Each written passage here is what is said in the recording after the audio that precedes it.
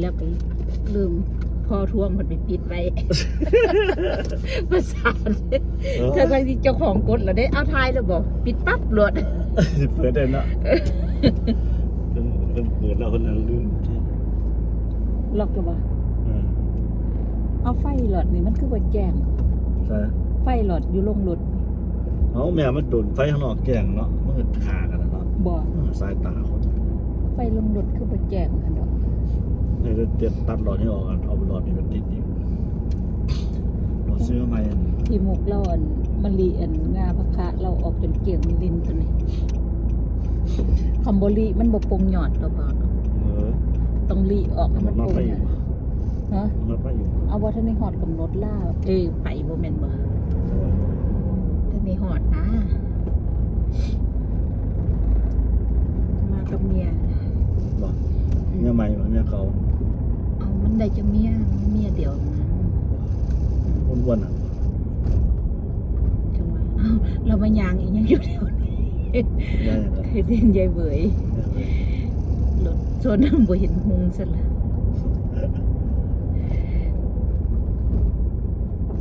ถามแม่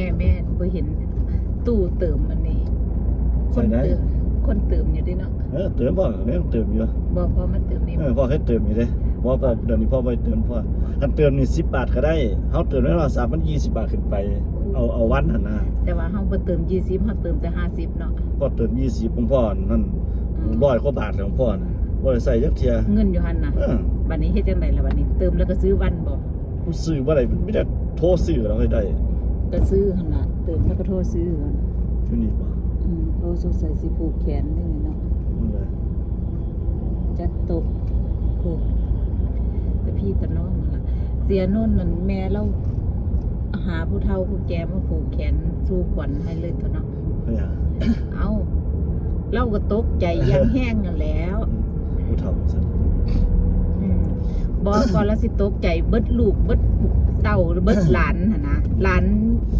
ก็ไปเนาะหลานน้อยหลานใหญ่ไปน้ำกันเบิดเนาะฮอนน้องสาวไปน้ำนะ ตกใจแล้วพอเปิดไปเป็นหมู่พอ ตึกปักสูงนึงเนาะมันติ่งมันห่างกันเอาบอดอยู่แล้วยังว่าเรากำลังแปลงฟันเนาะตื่นบอลใหม่นะตื่นกำลังสิอันไปไล่สดอันในรายการยังบุแต่งตัวสิไปไล่สดนั่นแหละก็เลยตื่นเลยไปแปลงฟันคนแปลงฟันอาบน้ำก็ขึ้นเอารถก็นุ่งตะแพนสุขุนูพื้นเดียวตอนละวานนะก็กิ้งในก็ถอดเรียบร้อยแล้วว่า อันซุ้มอันที่ยึดตึกกันแม่เนาะยึดตึกกันตรงข้ามกับอันที่อันเคียนถล่มบ่โอ้ยเนาะเขาทาย เสียวเนาะโอ้ยพ่อนี่ไปครับไปนั่นว่าพ่อหาร้ายนั่นน่ะอันมีได้อันน้ำเฟื่อนน่ะมีได้คนเล่นน่ะผัวเมียฝรั่งน่ะเฮ็ดเดินสิขึ้นทันเอาก็ยังว่าเสียวก็ยังว่าขึ้นทันอยู่แต่ว่าเสียวนะเสียวอันเป็นอย่างที่น้ำมันโยงแห้งเลยย่านตกไปน้ำมันน่ะทันแล้วเนาะด้วยโอ้ยก็คนก็ไปเล่นน้ำเนาะบัดนี้เฮือนนั่นน่ะอภัสราบอกอหยังดาราหนังนี่ละเฮือนมันสระว่ายน้ำจักเนาะของเด็กน้อยของผู้ใหญ่หั่นน่ะเพื่อเต็มหน้าบ้านนึงแม่พ่อเต็มแล้วเนาะมันโหนบัดนี้อันอีหยังก็ไอ้ผู้จัดการอันหั่นนะเมฟเอาไหมพ่อเมฟ เมฟคือแค่ร้อยน้ำนี่แม่เมฟน้ำพื้นเฮือนน่ะแม่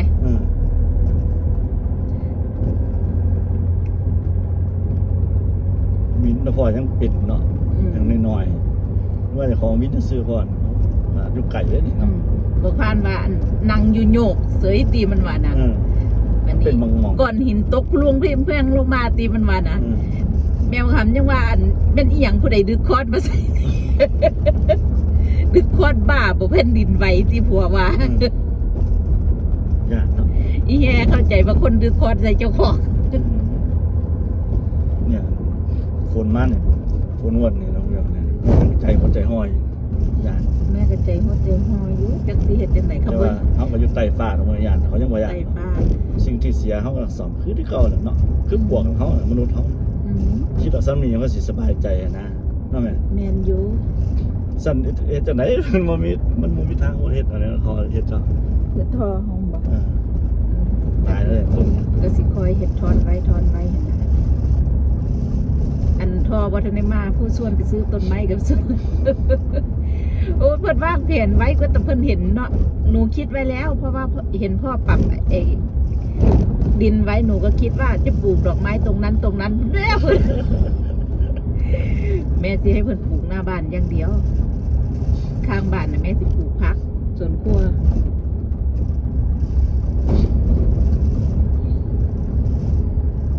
เอาพะเนาะ อืม ดอกไม้ต้องปลูกหน้าบ้าน อีกฟังทั้งเฮือนนั่นน่าจะไว้นี่หันสิปลูกข่ากับตะไคร้ไว้ ฟังทั้งเฮือนลุงอำเนี่ยมันเป็นหน้าบ้านให้ปลูกดอกไม้เต็มๆได้อยู่เนาะพ่อเนาะ แม่นเอาดินแม่ใส่มันดินมัน ดินยัง ดินหน้าบ้านเนาะกองนี่ เอ้าพ่อกับปั๊บให้มันนั่นเสมอ ก็ ข้าง อันเทปปูนก็ต้องให้วางมาทอนมา อันหน้าบ้านน่ะบ่ เพราะในบ้าน เทปูนแล้วจังสิวางให้พ่อตักดินอันดินบ่พ่อก็ให้ตักอยู่หน้าบ้านไปใส่หั่นนะหน้าบ้านเหลือส่ำใดก็ส่ำนั้นหั่นนะ โอ้ อันบ่พ่อก็บ่เป็นหยังเอาต่ำก็ได้หน้าบ้านน่ะนะเอาเตี้ยลงก็ได้ อืม เอาแค่สมมุติว่ามันเตี้ยแห้งเนาะก็เอา ให้มันท่วมข้านพ่อก็จ่อเข้าไปนะบ่เอากว้างออกมา พออยากให้มันท่วมข้านพ่อแมันบ่ เนี่ย อันดินพออยากให้มันท่วมข้านพ่อแมันบ่หน้าบ้านน่ะนะ อืม ก็แม่ก็บ่ให้กว้างออกมาแล้วมันบ่ท่วมก็ได้ ให้จอนความกว้างเข้าไปนะพ่อ คัน ยนต์ ยังดินเฮานะ ก็ยังว่าให้ย่นพื้นที่เข้าไปนะบ่เอากว้างซ้ำของอันที่มุกก็ได้ ให้มันดันดินเฮาเองเนาะ อืม เขาให้มันตำบักคานนั่นดอก อืม เสมอกับดินเฮาหั่นนะดิน เอาว่าเป็นหยังย้อนเข้าไป อืม อันแบบว่าปั๊บให้มันได้แล้วก็เอาอิฐมากอโลดนะมันบ่กว้างก็บ่เป็นหยังย้อนเข้าไปนะพอ เพราะว่าดินทั้งนั้นอันได้ออกมาอีกเด่นในเนาะมันหลาย บ่ได้เอาออกได้พอมันสุดลงแล้วเนาะ เดินสุดลงอ่ะต้องจัดการ บ่เอาออก ยังหลาย อุ้ยคำพ่อเอาออกมันสิได้เทปูนหลายเห็นบ่เพราะว่า อันมันสิอัน บางมันสิบางมันบ่บางแล้วเทปูนบักหนานึงบัดนี้ อันนี้คือกันเอาดินใส่หลายๆมันจังได้เทปูนบางเอาแค่ทมมัน ไอ้ตะไคร้ซื่อๆก็พอแล้วปูนนะ แล้วมันพอกำลังปรับ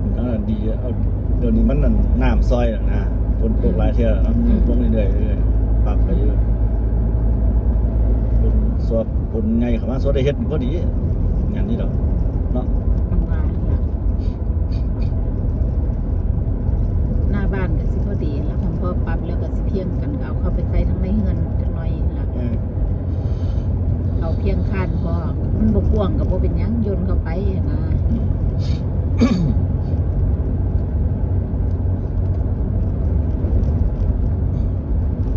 คำทอเรือแม่ก็สิไปตักหน้าบ้านมัน ใส่ในบ้าน2ท่อแล้วก็แทงไหนอีก สิเหลือไปตั้งข้างในเบิดหั่นดอก บ้านตั้ง2ท่อพอ เสียงหยัง เสียงหินเหยียบตบอยู่ในทางออกมาบ้านเรา บ่แม่นเขาเลิกจากเบิดแล้วบ่ หัวหกโมงนะเนี่ย มันคือมืดแท้ เอ้าฝนตกเนาะ อยาก6 โมงอยู่เขาอันคนขายเขาก็บ่ได้เบิ่งเวลาเนาะก็เบิ่งอันคิดตะเว้นเนาะ คนเมืองยาง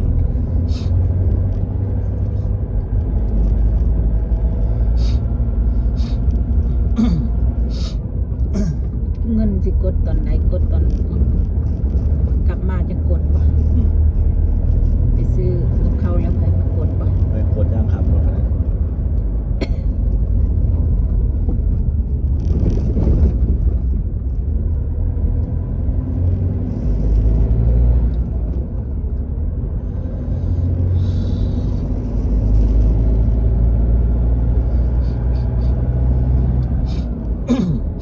เมื่อไหร่ปรับพื้นที่มือที่อย่างมือนี่ปะทอมาทรงมือที่อย่างเราปรับพื้นที่เทปปูนทั้งขางบ้างก่อนบอกให้จังไหน คือบ่เฮ็ดตังเกก่อน ตั้งเกียร์กันเนาะ ก็เว้ากันว่าสิเฮ็ด เอา ตังเกก่อนทางค้างมันบ่ได้เดือดร้อนเนาะ เนี่ยเดือนหนึ่งเนาะหนูทันมั้งมาทันกูอย่างนั้น ทางข้างบ่ท่านก็บ่เป็นหยังเว้าพื้นทางในนะให้มันเรียบร้อยให้มันได้เฮ็ดประตูอิหยังใส่เรียบร้อยหั่นนะ ปูกระเบื้องก่อนเฮ้ยเป็นตังเกก่อนเนาะค่อยปูกระเบื้องก่อนมันบ่ ว่าเฮ็ดตังเกเก็บของก่อนค่อย ค่อยปูกระเบื้องเนาะ อืม แต่โซลิดไปเนี่ยสิขูดกระเบื้องอยู่แล้วเนาะ อืม ตังเกก่อนเป็นตังเก เฮ็ดตังเกเฮ็ดโครงซิงก่อนแม่นบ่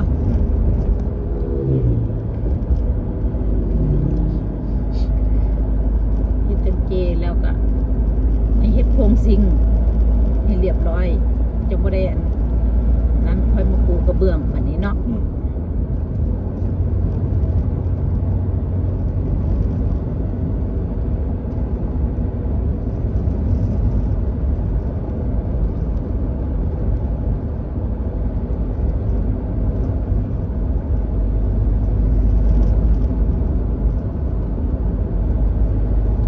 คือก็สิฉาบที่ขึ้นโค้งไว้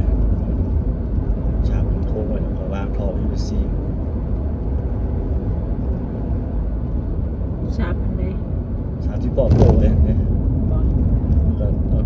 ปาดท่อ PVC วางรองน้ำนะมัน อืม ปูกระห้องแล้วก็วางซ้ำไหลอ่ะนะ อืม วางตะกุดกับไม้เรื่อยยกไม้เรื่อยเรื่อยเรื่อยสูงนิดเอาปูนห้องไว้พอทั้งไต่พอเอานั่นอยู่เลยพอเอาปูนใส่เดี๋ยวเด้ปูนปิดไว้เลยเนาะ อืม ปูมีน้ำซึมลงไปแล้ว อืม อหย่างงูเนี่ยก็มาอยู่บ่ได้แล้วมันมีงูเนาะพอพี่ไปซีวางแล้วก็ปูนปิดปากมันตั้งขาไว้มันมีฟิวอย่างนั้น ขวดบ่ได้แล้วติ พอพี่ซีมันมันโบมันบ่ได้ปิดเห็นหมดปูนปิดเห็นหมดเลยแล้วก็เฮ็ดทาล้างน้ำแล้วก็ค่อยสิคิดขึ้นเฮ็ดดังเกมัน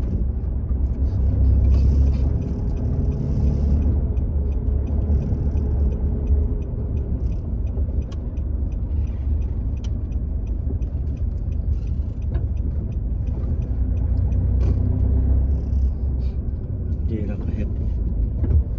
ดังเกแล้วก็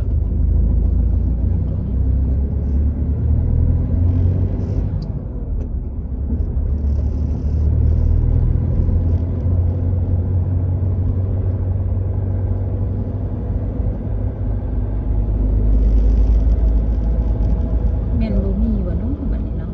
เขาเปิดไฟอย่างไม่มีเขาหยุด บ่หยุดแล้วแต่ว่ามันหยุดอัตโนมัติฝนตกลัดทาง ตก เขา ตกไม่แม่นฝนตกเนาะ ฝนตกลัดทางเขา ก็เลยบ่มีผู้ใดมาขาย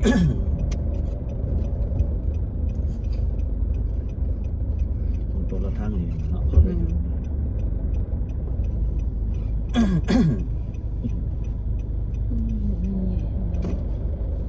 เอาเงินไปหาซื้อกินกัน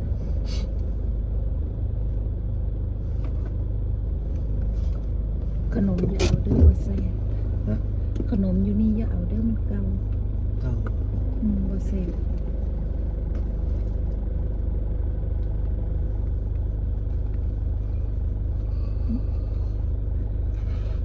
พอย่างนะแม่บ่ย่างดอกติแม่ซื้อหยังก็ซื้อหรอกติ ปิด